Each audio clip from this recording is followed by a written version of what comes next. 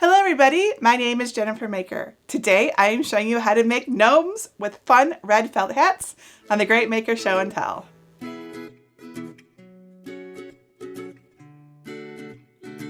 I am starting to suspect that gnomes are taking over the world. I'm not even kidding you. Gnomes are popping up all over the place. I'm seeing them lounging about in my friends and family's houses, cavorting about on social media, and hanging out in all of the stores. They're like everywhere. Now, my favorite sort of gnomes are the ones from Scandinavian history, where they're known as tomten. And these magical gnomes live in houses and they protect the family and the animals that are within it from misfortune. And couldn't we all use a little protector? A little protector, get it?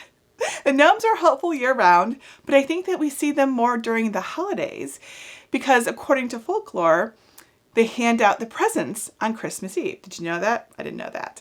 So I wanted to make some for my own home, and I thought that you might like to see how to make them yourself so that you can have a gnome as well. First, we need to conjure up some gnomes. They're actually quite easy to make, and I will show you how to make both the wee little hanging type that go on your tree, as well as the chunky standalone gnomes that can go anywhere. Now, if you want to make an ornament gnome, you're going to want a hanging ornament ball or a wood disc, like one of these, as well as something for the nose, like a pom-pom or a wood bead. If you want to make the standalone chunky gnome, you're going to want a white crew sock, some uncooked rice, and some hair elastics. It'll look like this when you're done. Second, you need a beard. Now, I recommend the faux fur Mongolian style beard, just like this, because it has these wispy strands. You can use whatever you can find, of course. Now, traditionally, a gnome has a white beard, but colors are fine too. Third, you need the hats. Some people use socks, but traditionally gnome hats are bright red felt. I've made my gnome hats from red felt that I cut out on my Cricut cutting machine. I cut them out on both my Explorer and the Maker. Yes, you can cut felt on either one, and I will show you how in this video. I actually designed 5 different hairstyles, 5 different hat styles to give your gnomes personality. You can keep your hats plain, just plain red, or you can add decorations like I did. Hearts, snowflakes, birds with iron-on vinyl, whatever. I even put some gnome puns on the hats like gnome, sweet gnome, and I love you no matter what. I know that's silly. The fun of it is that you can decorate your gnome hats however you want. It's fun, and you can even personalize it with a name. Make a great gift. The gnome hat patterns and the decorations are all free over on my blog at jennifermaker.com. So let me show you where to find them, and then we will make some gnomes together. Step 1. Make your gnome body. First, decide if you want a wee little ornament gnome or a chunky standalone gnome. The little ornament gnome bodies are the simplest, smallest, and quickest to make.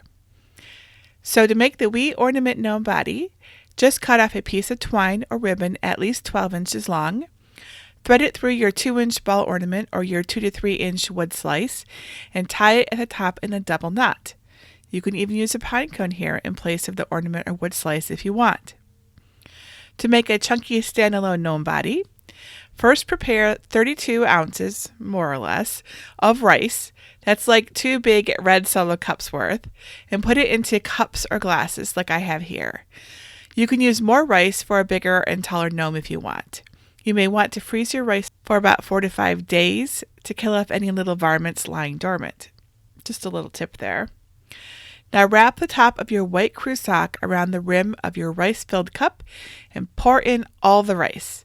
Push the rice down to the bottom of the sock. Twist the sock where the rice stops and close it with 2 tight elastics or rubber bands. I use 2 because sometimes one of them breaks, and that's a huge bummer. Tie the top with twine for good measure too, because the elastics and rubber bands will wear out. Now grab a big section of the rice-filled sock with your fingers. Be sure you're getting lots of rice when you do this. And wrap an elastic around it tightly to create a nose. The more sock and rice you grab, the bigger the nose. Add a second elastic or piece of twine to keep it secure. Now just tie a piece of twine around the sock's middle to give it a little bit more shape and prevent a saggy gnome bottom.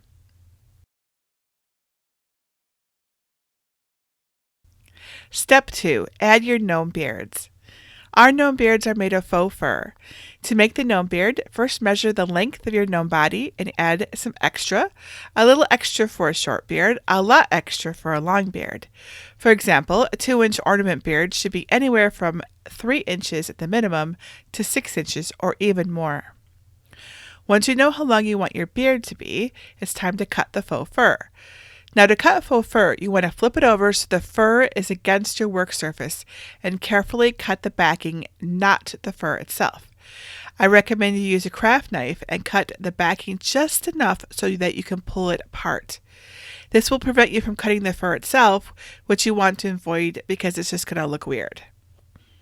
Basically, you want to cut a rectangle that's sufficiently long and wide enough to completely cover the length and width of your gnome, as viewed from the front.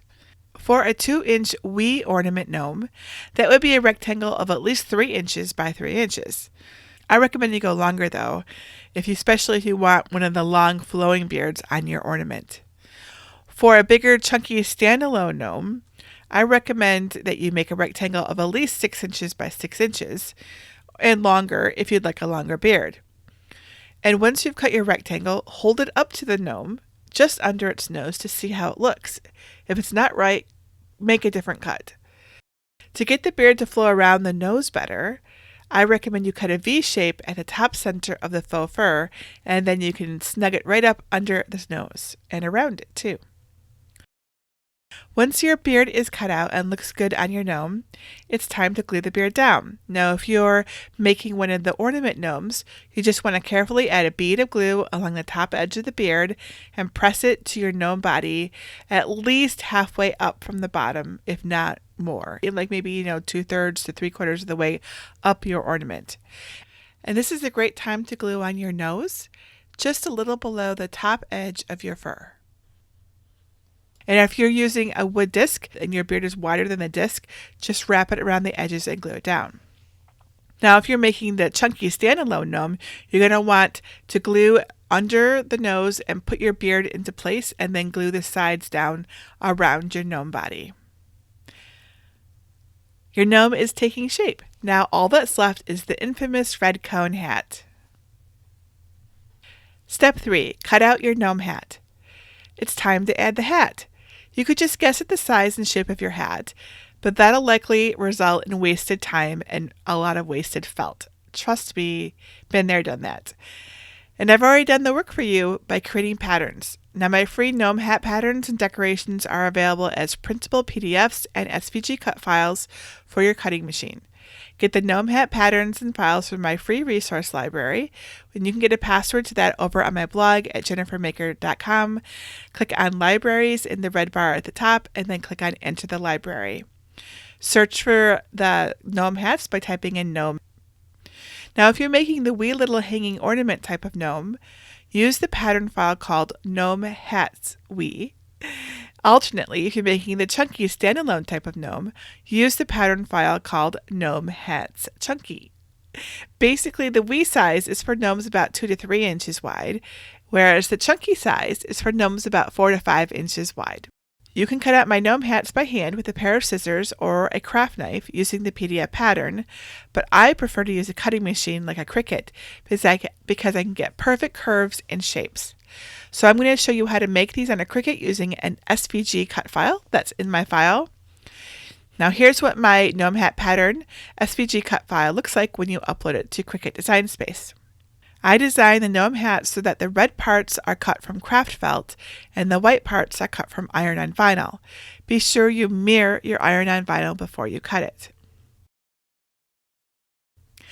Now, to cut felt on the Cricut Maker cutting machine, use the rotary blade in either a green StandardGrip mat or a pink FabricGrip mat.